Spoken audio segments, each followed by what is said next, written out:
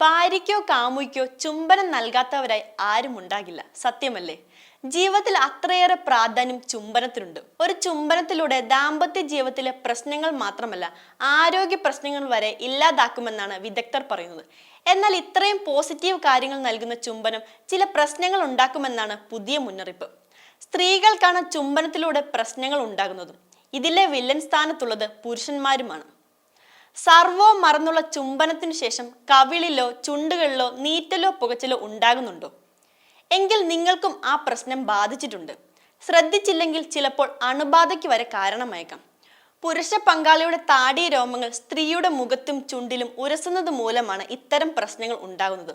Sensitive ചർമ്മം ഉള്ളവരിലാണ് ഇത് ഏറെ പ്രശ്നം ഉണ്ടാക്കുന്നതെന്നാണ് ഡൽഹിയിലെ പ്രശസ്ത ത്വക്ക് രോഗ വിദഗ്ധനായ ഡോക്ടർ വിനു ജിൽഡാൻ പറയുന്നത്.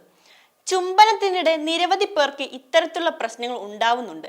എന്നാൽ സെൻസിറ്റീവ് ചർമ്മം ഉള്ളവർക്കാണ് പ്രശ്നം കൂടുതൽ. പുരുഷന്റെ പരുക്കൻ താടി രോമങ്ങൾ ഉരസുന്നത് മൂലമുണ്ടാകുന്ന ഒന്നാണിത്. ഇതൊരു അലർജിയല്ല.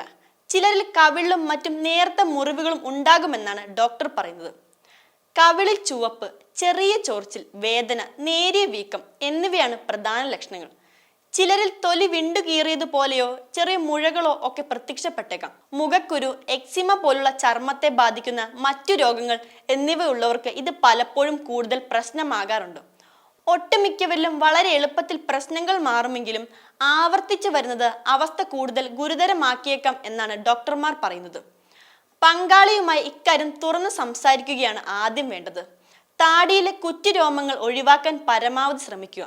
ഇതിനൊപ്പം സോഫ്റ്റനിങ് ഓയിലുകൾ, ബാമുകൾ അല്ലെങ്കിൽ കണ്ടീഷണറുകൾ എന്നിവ ഉപയോഗിക്കാം. ചെറിയ പ്രശ്നങ്ങളാണെങ്കിൽ മോയ്സ്ചറൈസർ ഉപയോഗിക്കാം. ഇതിനൊപ്പം ഐസ് പാക്ക് വയ്ക്കുന്നതും നന്നായിരിക്കും. നീറ്റലും ചൊറിച്ചിലുമുള്ള ഭാഗത്ത് സ്പർശിക്കാതിരിക്കാൻ പരമാവധി ശ്രദ്ധിക്കുകയും വേണം. പാടുകൾ ഉണ്ടാകുകയാണെങ്കിൽ കറ്റാർവാഴ ജെല്ല് പ്രയോജനം ചെയ്യും. പ്രശ്നങ്ങൾ വഷളാവുന്നു എന്ന് കണ്ടാൽ ഒരു ഡോക്ടറുടെ സേവനം തേടാൻ ഒട്ടും മടിക്കരുത്.